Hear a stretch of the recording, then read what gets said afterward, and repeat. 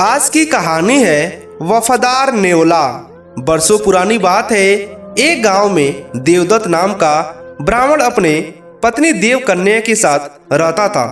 उन दोनों की कोई संतान नहीं थी। आखिरकार कुछ वर्षों के बाद उनके घर प्यारे से बच्चे ने जन्म लिया। ब्राह्मण की पत्नी अपने बच्चे से बहुत ही ज्यादा प्यार करती थी। एक दिन की बात है, ब्राह्मण की पत्नी देवकन्या को अपने घर के बाहर नेवले का छोटा सा बच्चा मिला।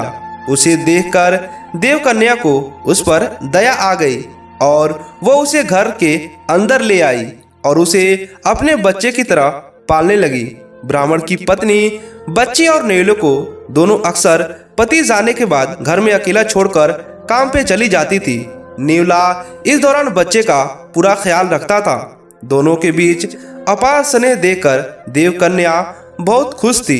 एक दिन अचानक ब्राह्मण की पत्नी के मन में हुआ कि कहीं यह नेवला मेरे बच्चे को नुकसान न पहुंचा दे। आखिर जानवर ही तो है और जानवर का बुद्धि का कोई भरोसा नहीं कर सकता। समय बीतता गया और नेवला और ब्राह्मण के बच्चे के बीच का प्यार गहरा होता गया। एक दिन ब्राह्मण अपने काम से बाहर गया हुआ था।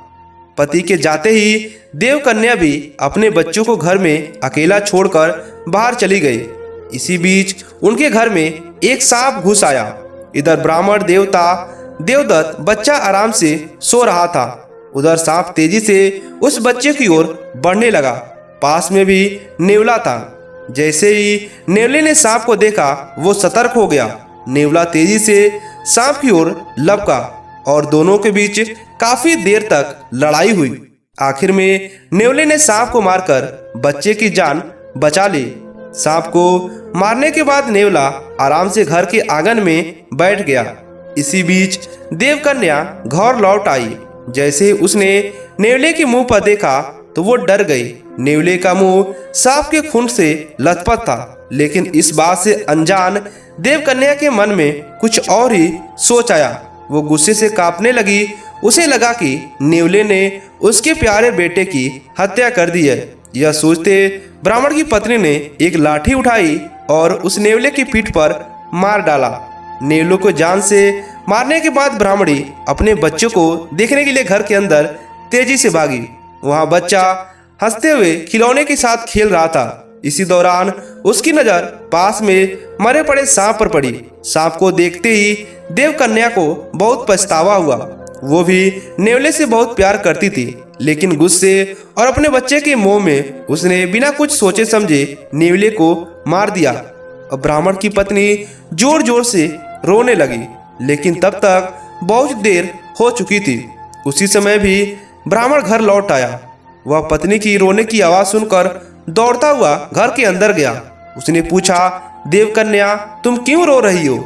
ऐसा क्या हो गया है? उसने पति को सारी कहानी सुना दी। नेवले की मौत की बात सुनकर ब्राह्मण देवदत्त को बहुत दुख हुआ। दुखी मन से ब्राह्मण ने कहा, तुम्हें बच्चे को घर में अकेले छोड़कर जाने की अविश्वास दंड मिला है।